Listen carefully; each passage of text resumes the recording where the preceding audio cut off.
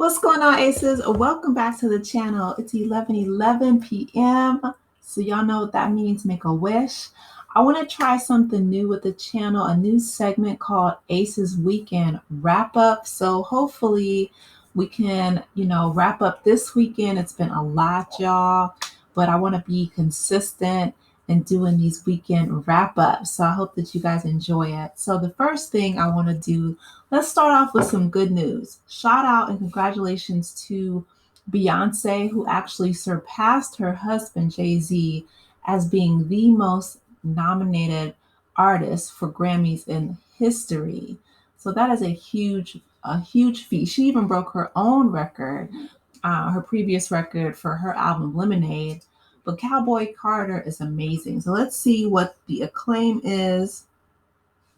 Everybody from Rolling Stone to The Guardian has given it 5 stars. It has received 11 Grammy nominations. It is the highest acclaimed country album of the year, which is phenomenal, right? Because if you guys remember, the only reason why, well, I shouldn't say the only reason, but this came out of the performance that she did with the Dixie Chicks, and you could see on the audience's faces, and she said the way that she was treated, she didn't appreciate it. And so what she did was she got to work, because that's what Beyonce does, right? That's one thing I love about her, is her work ethic. Um, where she says, I don't argue with these lazy bees. I just raise my price. That's exactly what she did. So she went home, got in that studio, got to work, and created Cowboy Carter. I love it. I'm so looking forward to Act Three. A lot of people think that it's going to be rock, because of course we know Renaissance was dance and house music, and Cowboy Carter Act 2 is country. I would love a rock album, or whatever genre, whether it's blues. A lot of people are speculating that, for her daughter, but I'm thinking it's going to be rock too. But let's get into this cover. It says from Pitchfork, Cowboy Carter asserts Beyonce's place in this long legacy while showcasing the ever expanding reaches of her vocal prowess. Vogue magazine says, quote, Cowboy Carter is both a great Beyonce album and a killer country one. Variety at the bottom says, as a whole, Cowboy Carter is a masterpiece of sophisticated vocal arranging. With this endlessly entertaining project, she gets to be a warrior of female and Black pride and a sweetheart of the radio.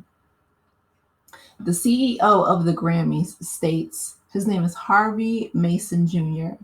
He says, quote, I'm pleased and proud that Beyonce is breaking new records and continues to be the icon and legend that she is, which is so true, right?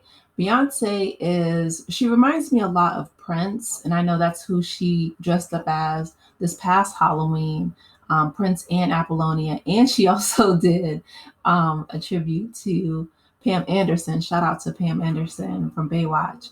But yeah, I absolutely adore the fact that, she's getting these accolades, because Beyonce has been in this game since she was a teenager.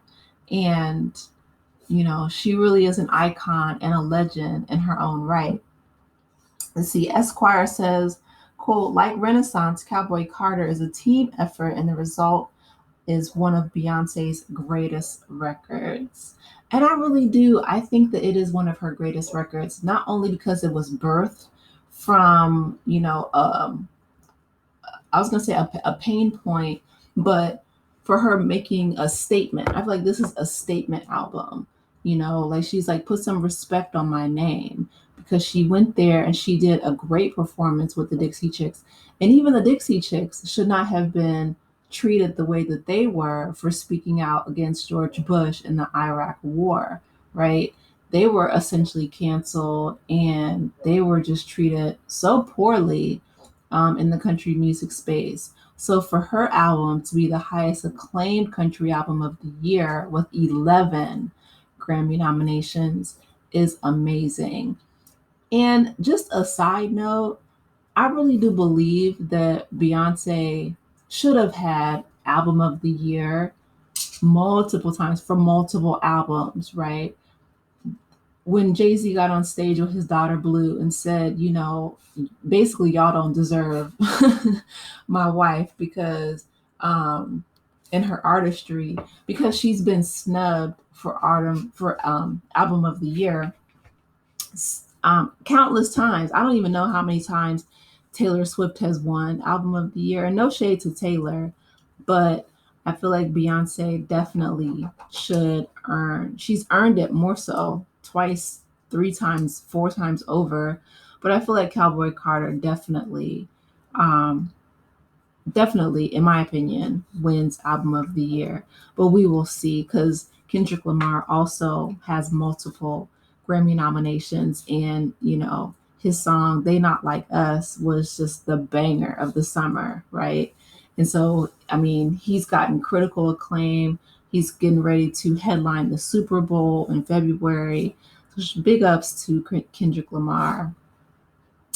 Speaking of Beyonce, though, let's transition to this is just going to be like a hodgepodge of hot topics, by the way. If you guys are wondering what Ace's weekend wrap up is, it's just my thoughts on hot topics and popular topics, popular culture.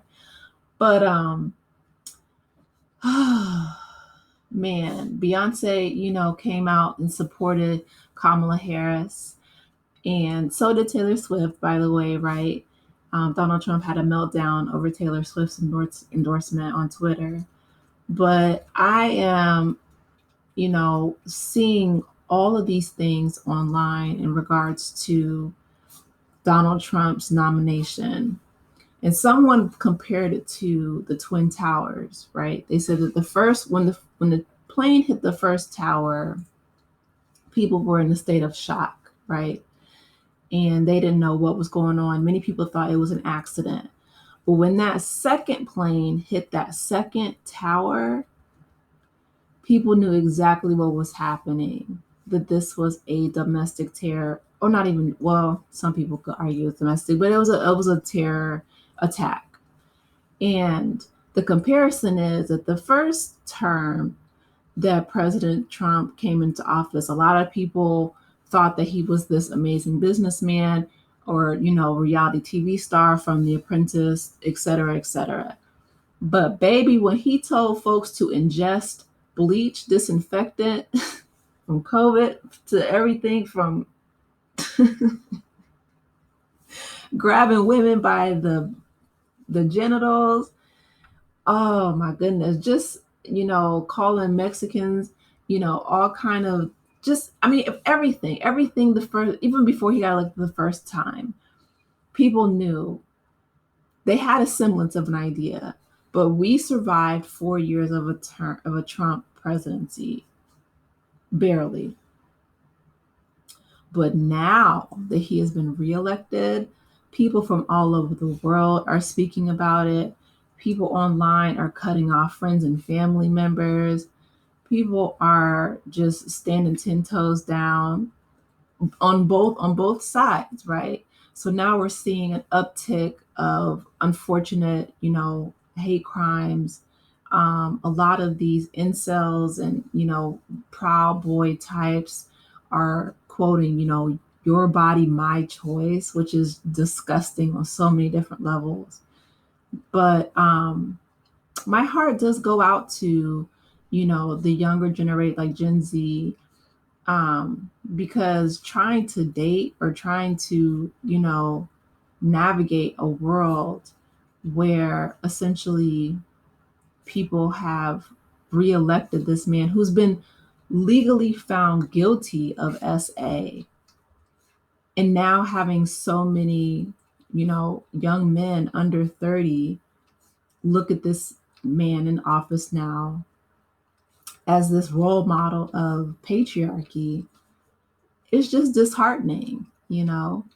Um, but yeah, I've come to the conclusion that if somebody has made the intentional choice to vote for Donald Trump the second time, they knew exactly what they were doing, why they were doing it.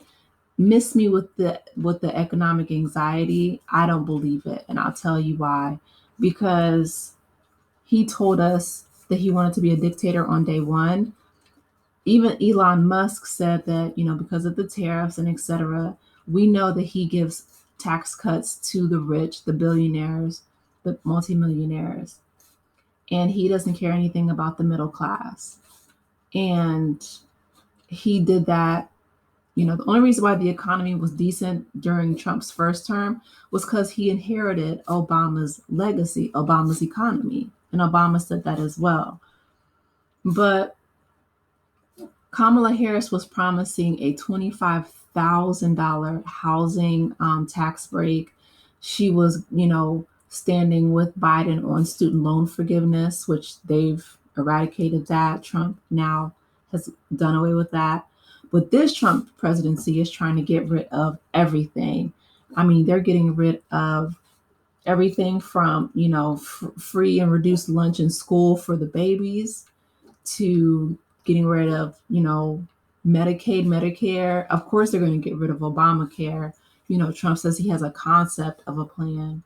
They're getting rid of Social Security, of veteran benefits, of just pretty much almost every, social program that benefits the middle and working class.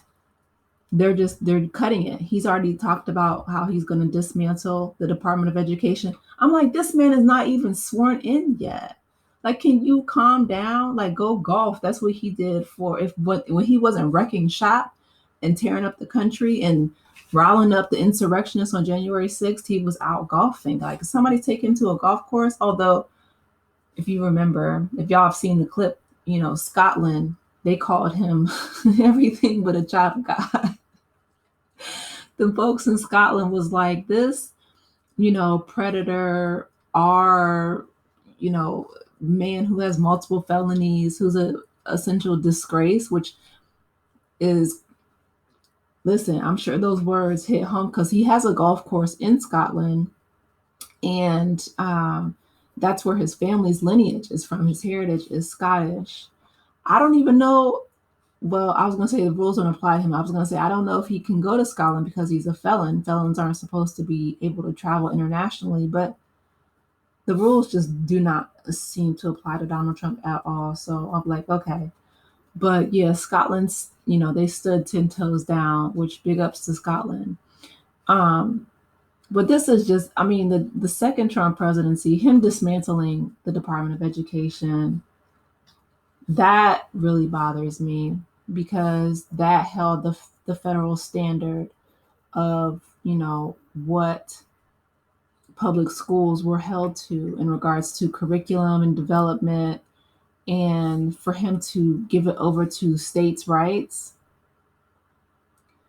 And that is, they're gonna strip the funding from public schools and give them to private and charter schools.